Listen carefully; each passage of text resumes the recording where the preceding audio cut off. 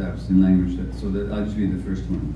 So the first step, according to the big book, is we admitted we were powerless over alcohol or narcotics or cocaine or eating or gambling and so on, that our life had become unmanageable. Step one, I say, accepts the full negative impact of the addiction process in one's life, is the triumph over the human tendency to deny. We recognize that our resolutions and strategies, however well meant, have not liberated us from the addictive process and all its mechanisms, and that are deeply ingrained in our brains, emotions, and behaviors. And so on. So I go through all the 12 steps, just using different language. I tell you what my problems with the 12 steps is, and so I think they're great, but I think they're inadequate. Where they're inadequate is, in number one, that identification of the individual with the behavior. That distinction needs to be made. And while I applaud somebody standing up and saying, I'm so-and-so, and I've been drunk for 30 years, and I'm an alcoholic, because they're still taking responsibility for their behavior, and they're saying, I'm not ashamed of it, I'm standing in front of you and admitting it. But the same, there's a danger in it. The danger is that identification with the behavior, and not getting the full picture, number one. Number two, what they don't do is what the gentleman at the back pointed out, looking at causes. So there's very little formal exploration in many 12-step groups of the actual sources of addiction. They just assume that it's a disease that they got, but they don't look at what happened to them. And I think if you don't look at the causes, the deep original causes, that's a risk. So that's right. That's my take on 12-step. Yeah. Yes. Ever since I heard you on Democracy Now! Initially, I tell people about you and your work at the hotel in Vancouver, that it's the only place in Canada where people can shoot up legally. It's the only place in North America where people are shooting. Right. What kind of success rate do you have, and what do you do to help people get off of those addictions? Okay. First of all, that's a loaded question. Because what do you mean by success? That they're able to, as you had us raise our hands, if we've ever drunk wine, not become alcoholics. Yeah. Well, you see, that's not the goal. Right. The goal of the Suvite injection site, SIS, or Insight as it's called, is not to get people off their drugs. It's simply to reduce the harm of their drug use. So that it's very simple. Even a politician could almost understand this. You know, that if you use clean needles, you're not going to pass HIV onto yourself or somebody else. If you use sterile water to inject with rather than puddle water in a back alley, you have less risk of infection.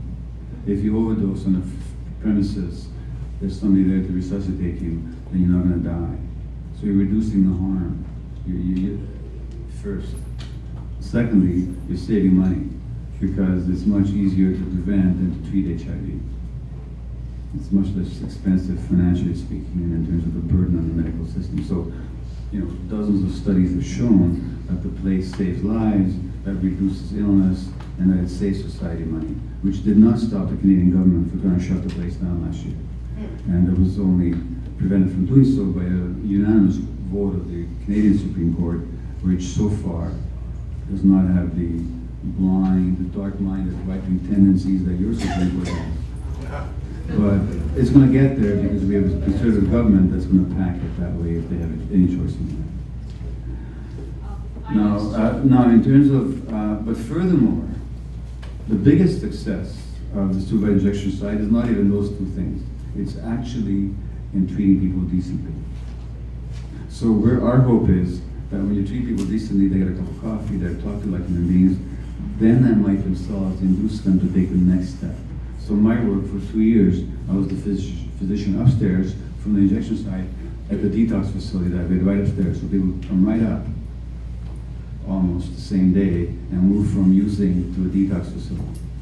Now, our success rate is really, really low. If by success you mean ultimate abstinence, and the reason that's low it's got nothing to do with the lack of value of the program itself. That has to do with the context. We're located in the drug capital of North America. Furthermore, it is right in the heart of it. And furthermore, the social supports we don't have. So I'd like to be able to send somebody to a 6-month facility right afterwards, on the same day that I've detoxed them. I don't have that. Furthermore, there's a whole war on drugs, and the Canadian government is now spending billions of dollars toughening up the drug laws, building more jails, keeping people in jail longer. Everything that's failed here in the United States is now being implemented in Canada. And needless to say, programs for prevention and children's support and all that, they're being cut left, right, and center. So, again, to put it into context, it's not our failure, it's the failure of the system. But in terms of its limited objectives, it's highly successful. Yes, Steve? That's a good segue, because I happen to be invited by Portland Hotel Society, and Insight was, as an ex-addict, shocking to me at first, but one of the most gorgeous things I've ever seen. And I was lucky enough to travel Canada, invited by your government, and to Ottawa, manage alcohol programs and different things. So my big question, and you kind of alluded it to, is, and yeah, there was the battle this last year, but the harm reduction is so important. We're not even close here. Yeah. You know what I mean? And yeah, I know the battle is still going on in Canada, but why in America are we so close to it? And where do you see we can affect real change and harm reduction going in the future? Well, look, I don't know that I want to. I mean, I have my views, Right. but it is how it is, and you're a very in many ways, it's a very backward country that you live in. America likes to think of it. By the way, think of it this way. I made this point last time I was in LA as well. I think I spoke at a fundraiser for KFTK. But if you had a neighbor who had every possible opportunity, told you how great he was and how everybody in the world wants to be just like him, and how perfect he was and how enviable he was, what would you think of the guy? You said, this guy's got a problem. He's got a serious self-esteem problem.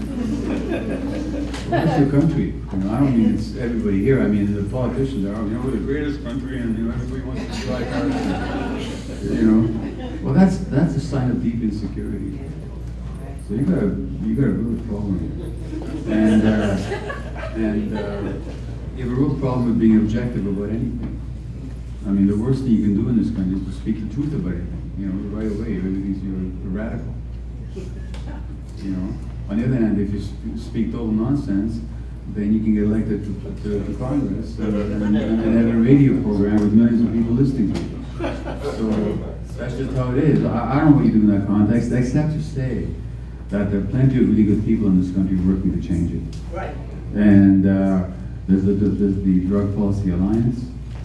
As an organization, so I think that people have to organize. I think people have to get together, and nobody can do this on their own. So if I was here, I would certainly join the Drug Policy Alliance and work with other people, community organizations, on any level that you can to effect a shift in the public perception. Yes, please. I'm glad you talked about organizing now and getting together, because earlier when you answered to the person in the back, you said you made this separation between what we can do in the center in our lives and then being a politician. But I think there is something about ordinary people doing things and organizing and coming together, because you yourselves have said that the problem is systemic. I read your books.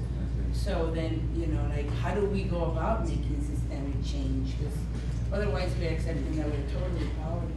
Yes, and that acceptance of powerlessness, by the way, is a deeply stressful state of mind. Of course. So it actually, organizing is a way of dealing with stress. Because otherwise you're just parlaying. And loss of control is the biggest loss. I just lost control here. Loss of control is the one of the major triggers for being physically stressed. And so that coming together, ending the isolation, organizing, regaining, if not power, then certainly at least your capacity to assert yourself. It's really important for people. And in Vancouver, by the way, the suicide injection site was very much happened on the initiative of drug users. It was not because politicians all of a sudden woke up and saw the light. It was good. It was the Vancouver area something drug users association that actually initiated a set of events that led to the supervised injection site. Yeah, this piece. What I hear you saying is that addiction is a symptom of dysfunction in society, is the bigger Yeah. message, and then so, so the organizing, it goes beyond recovery. Yeah. So, Well, it all depends on what level a person wants to take it on.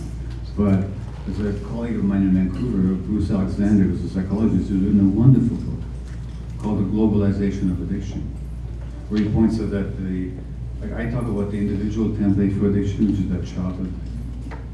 I give up. Okay, that childhood diversity, but on the social level, he says, the basis of addiction is dislocation. For people economically, physically,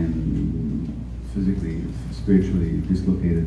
And then you can see the trajectory of addiction, like alcoholism does not happen until industrialization happens.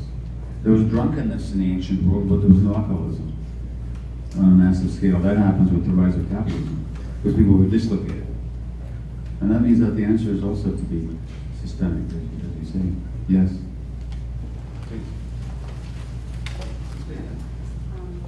Hi, I'm Sharon. I'm a teacher, and I had addictions all over my family. I have my own minor just sugar addiction. But I have a number of friends, and these are not substance addictions.